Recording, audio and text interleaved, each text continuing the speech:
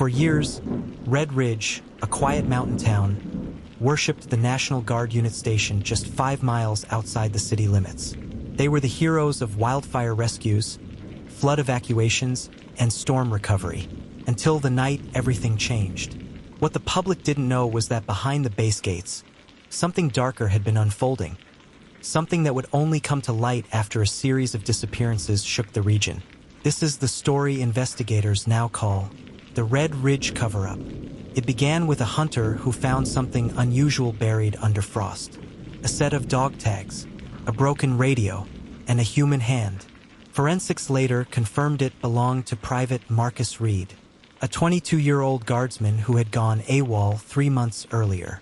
Except Marcus wasn't running. He was running from something. When news broke, former members of the Red Ridge National Guard unit came forward with disturbing claims. Midnight drills with no documentation, unauthorized extractions in remote areas, a secret echo team that didn't appear on any roster, guardsmen punished for asking too many questions. One discharged guardsman whispered, "You didn't refuse echo team, you just didn't come back."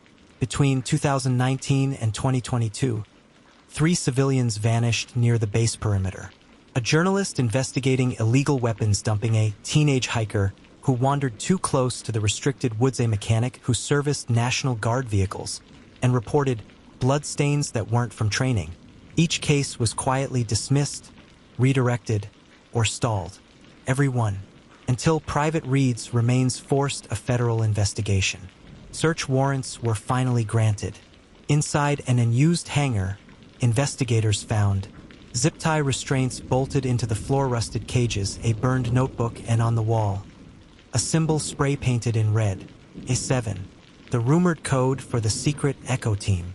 The notebook belonged to Marcus Reed. His final written line, "They're not rescuing people out there, they're hunting them." Investigators learned that a rogue faction within the Guard was conducting unauthorized manhunts, training exercises where civilians in remote areas were treated like targets. The victims weren't chosen randomly. They were chosen because no one would believe them or look for them. A chilling internal message was recovered. Clean the perimeter. No witnesses. Evidence pointed to 6 members of the Echo team, all now transferred or missing. None have been located.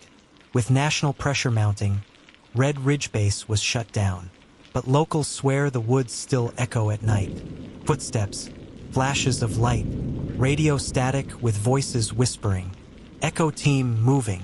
Investigators say the case remains open, unfinished, and deeply disturbing. One agent described it best. "We didn't find everything we were looking for, but we found enough to know we were never meant to look at all. No arrests, no bodies found beyond Marcus Reed.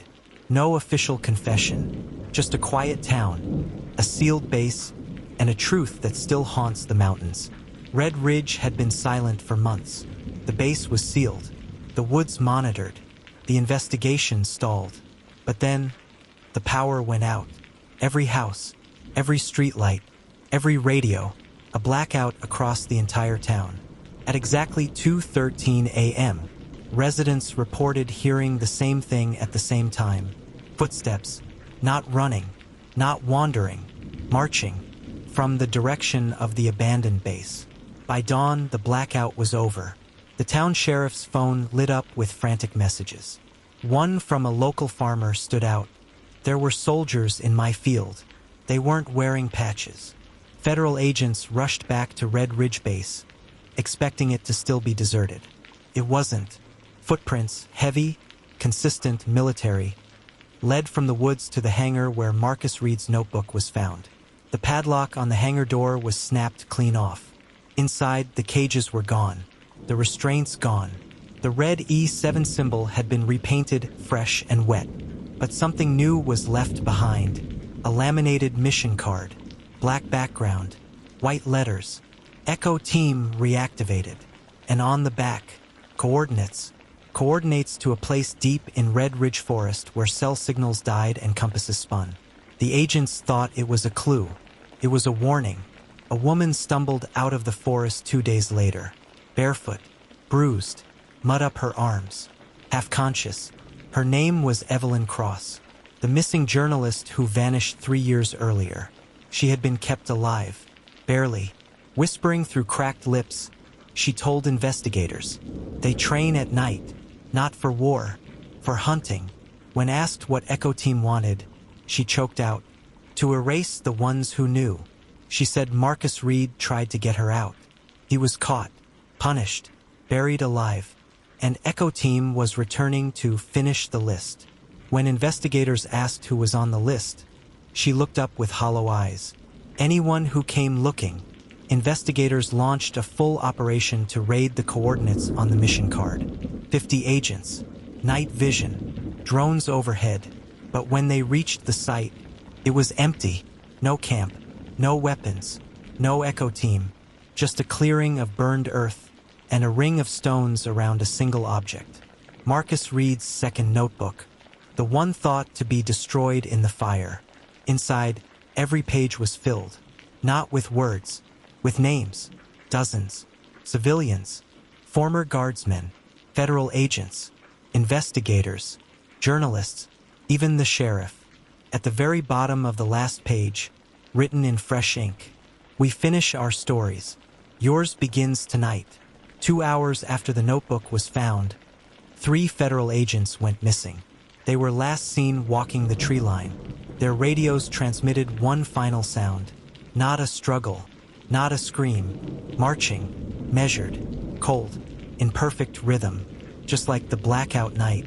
The federal investigation was quietly shut down. Red Ridge was labeled safe. The base remains locked, the records sealed, but locals still hear them.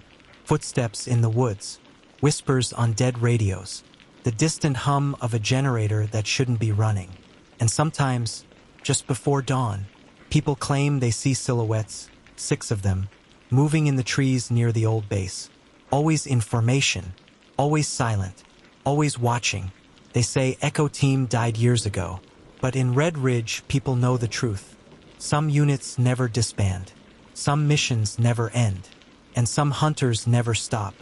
If these stories resonate with you, share it to someone who needs to hear it. Let the conversations that demand change echo loud for others to hear. Subscribe to this channel for more touching and chilling stories that relates with us and our cities/towns.